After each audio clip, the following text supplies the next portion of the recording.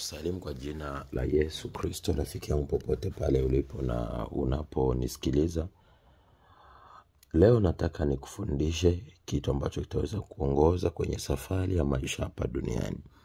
Kuna watu wengi duniani hapa tunaishi, lakini tusipokuwa makini tutaenda jehanamu. Nakumbuka tupo kwenye safari ya nyakati za mwisho ambazo zinahitaji maandalizi ya muda wote chochote kutokea. Unyakuo muda wote unaweza kutokea. Yesu Kristo muda wote anaweza kulichukua kanisa. Jiulize, umejiandaa kwa namna gani, kwa jinsi gani, na ni vitu gani unavyovifanya kwenye maisha yako? Ni wangapi umewashuhudia habari za Kristo? Ni wangapi unatamani na unafanya kila liwezekanalo ili wamgeukie Mungu na kumwamini? Mamilioni ya watu hapa duniani baada ya kuokoka, we are irresponsible citizen of the kingdom of God. Hatuhusiki kwa namna yoyote kutengeneza ufalme wa Mungu. Neno la Mungu linasema, ukisoma Marko sura ya 16 kuanzia ule mstari wa 15. Nataka nikusomee jambo hili ili ujue ni nini umeelekezwa na Yesu Kristo hapa duniani. Maandiko yanasema, akawaambia, nendeni ulimwenguni mote mkaihubiri injili kwa kila kiumbe. Aliwatuma wote. Aaminie na kubatizwa ataokoka, asiamini atahukumiwa. Mstari wa 17 anakuambia, na ishara hizi zitafuatana na hao waaminio. Kwa jina langu watatoa pepo, watasema kwa lugha mpya, watashika nyoka, na wakinywa kitu cha kufisha hakitawadhuru kabisa. Wataweka mikono juu ya wagonjwa na watapata afya. Hii inatufundisha nini rafiki yangu?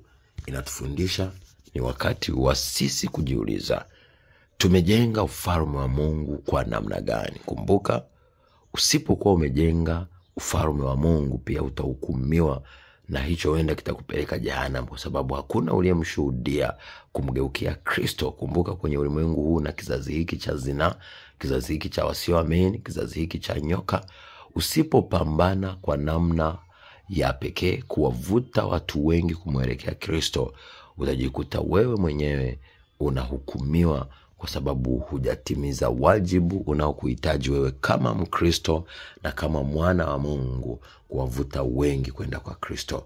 Kama jinsi shetani anavyowadaka watoto toka utotoni, akawalazimisha kwa nguvu na kuwamiliki kwa nguvu na kuwaingiza kwenye vyama vya kichawi, nataka nikuulize, wewe ni wangapi kwa nguvu zako na neema ya Kristo umeweza kuwashauri mamilioni ya watu wapi ili wamgeuke Kristo? Kumbuka, Yesu mwanadamu anachokiangalia ni nafsi yake.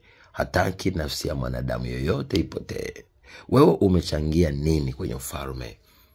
Unahitaji Yesu akuokoe, uone miujiza, uone ishara, uone maajabu, lakini ni nafsi ngapi umezivuta kuja kwake?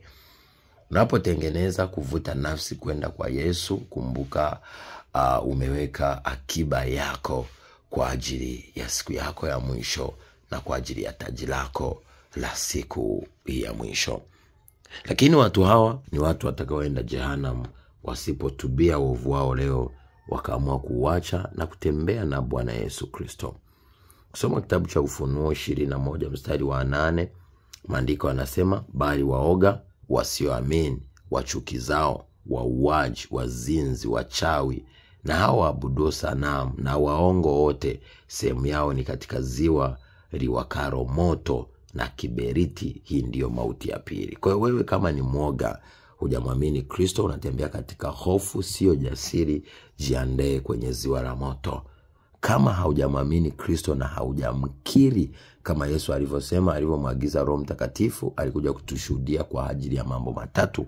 Kwanza, kwa habari ya dhambi, kwamba yeyote ambaye hajamwamini Kristo ana dhambi. Muislamu yeyote ambaye hajamwamini Kristo ana dhambi. Mtu yeyote, Buddha, sijui dini gani ambazo hazijamkiri Kristo kuwa ni Bwana na Mwokozi wa maisha yao, wana dhambi na wataenda jehanamu ya moto, bila kujali ni idadi ipi. Kumbuka siku ya mwisho, kipindi kile cha Nuhu tu watu 8 ndo waliokoka, lakini dunia nzima iliteketea. Kwa Mungu kuteketeza ulimwengu mzima na kuacha watu 2 watatu wanaosimama na njia zake, yeye haoni kitu cha ajabu. Kumbuka Sodoma na Gomora alichokifanya. kumbuka kwa Farao alichokifanya ni nini.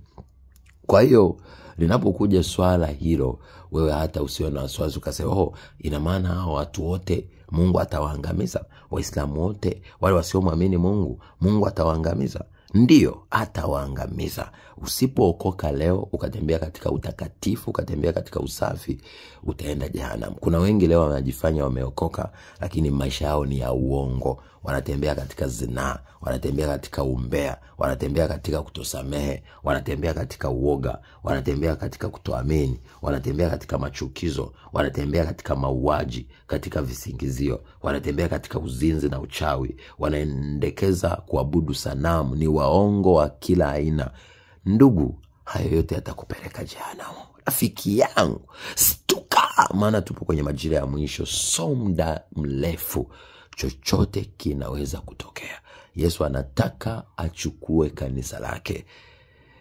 Stuka, mrudie Mungu, okoka na rudi kwenye misingi inayompendeza Mungu, na hapo ndipo utakuwa na uhakika wa maisha yako. Mimi naitwa Apostle Johannes John, rafiki yangu, nawapenda mno. Nahitaji Yesu asikuache. Kubali kusimama, usikubali kuacha kushare, kulike, kucomment. Wasambazie na wengine ili mamilioni ya watu waweze kuokolewa. Kumbuka, unaposambaza kwa watu wengine wakapokea ujumbe, wakamrudia Kristo, kumbuka hao wote watakao kuja na kuokoka kwa sababu ya wewe kusambaza, wale wote Mungu anakuhesabia wewe. Kwa hiyo usiache kufanya mapenzi ya Mungu kwa ajili ya utukufu wa jina la Bwana wetu Yesu Kristo. Nawapenda mno. In Jesus' name. Shalom.